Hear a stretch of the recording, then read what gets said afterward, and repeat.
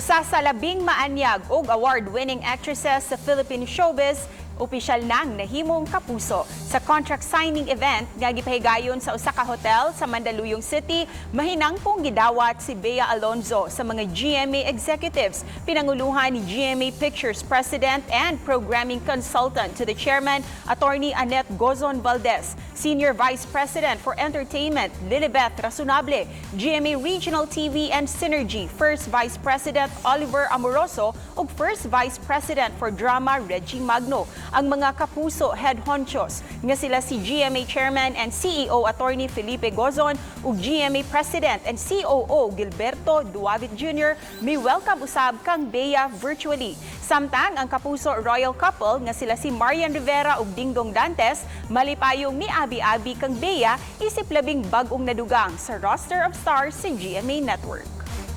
Maraming salamat po sa mainit na pagtanggap. And on my part po, I will do my best to give you the best performance that I can give you. And I'm just so excited to work with other Kapuso stars and give you more of me.